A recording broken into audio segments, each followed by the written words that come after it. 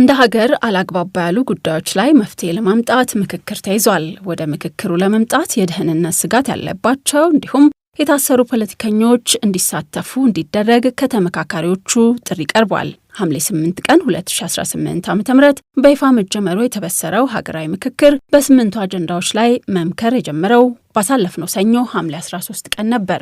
ምክክሩ በተያዘለት ቀን ያልተጀመረው ወደ ዋናው ምክክር ከመገባቱ በፊት ጥርጊያውን የሚያቀኑ አሰራሮችን ለመዘርጋት እንዲሁም ተከባብረን መመካከር የምንችለው የትኛውን መንገድ ብንከተል ነው የሚሉ አይነት ንግግሮችን ማስቀደም ስለነበረብን ያሉን የሀገራዊ ምክክር ኮሚሽን ኮሚሽነሩ ዮናስ አዳይ ናቸው። እስካሁን ባለው ሂደት 500 ተመካካሪዎችን ያዙ 8 የሥራ ቡድኖች አንዳንድ አጀንዳዎች ደርሰዋቸዋል።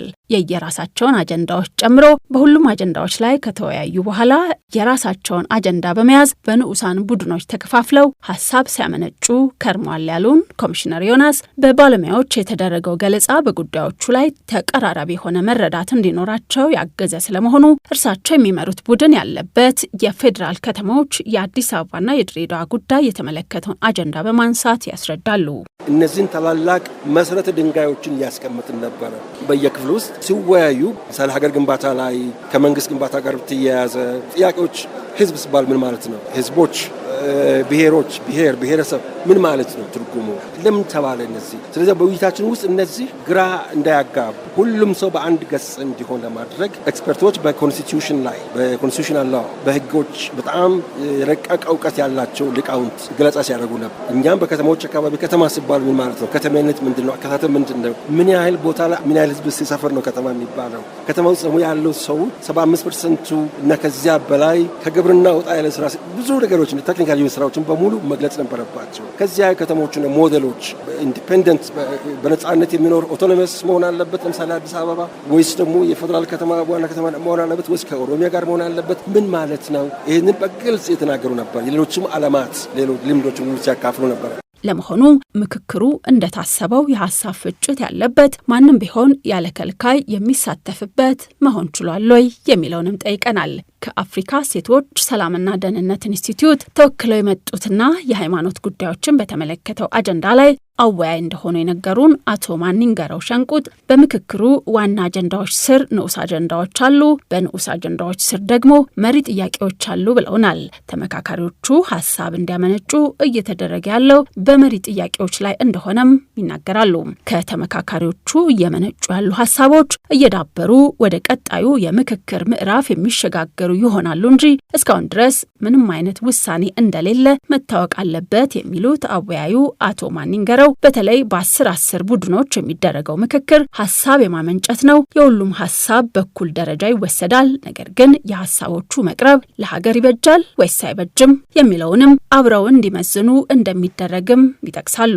ሁለት አወያይ ነው ያለነው በእያንዳንዱ ንዑስ ቡድን ውስጥ 50 ባልኩሽ ውስጥ በእሱ ውስጥ ደግሞ 5 ከእያንዳንዱ ቡድን አንዳንድ ሰው ተወክሎ እንደገና ያጠናክራሉ። ከንዑስ ቡድኑ ሊወጣ የሚችል ሐሳብ ማለት ነው። አሁን እዚህ ላይ ምንም አይነት ውሳኔ አይሰጥም። ምንድነው የሚደረገው? ሐሳቡ ይጠናከራል። ከዛ እንደገና ወደ 250 ቡድን ይሄዳል። እነዚህ 5 ሰዎች እንደዚሁ እየቀጠሉ 250 ቡድን ውስጥ አንድ ሐሳብ ያደራጃል።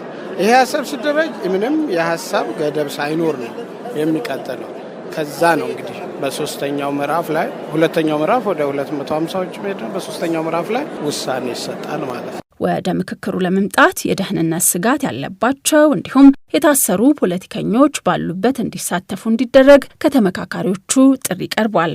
የፖለቲካ እስረኞችን ምህረት ቢያደርግላቸው፣ ዲያስፖራዎች አሉ ተኮራርፈው ከመንግስት ጋር ተኮራርፈው እዛ ቁጭ ብለው አንዳንድ ኔጌቲቭ ነገር የሚያስተላልፉትን መንግስት ምህረት አድርጎላቸው ወደ ሀገራቸው በነጻነት እንዲገቡ መንግስት አናውንስ ቢያደርግ ደስ ይለኛል።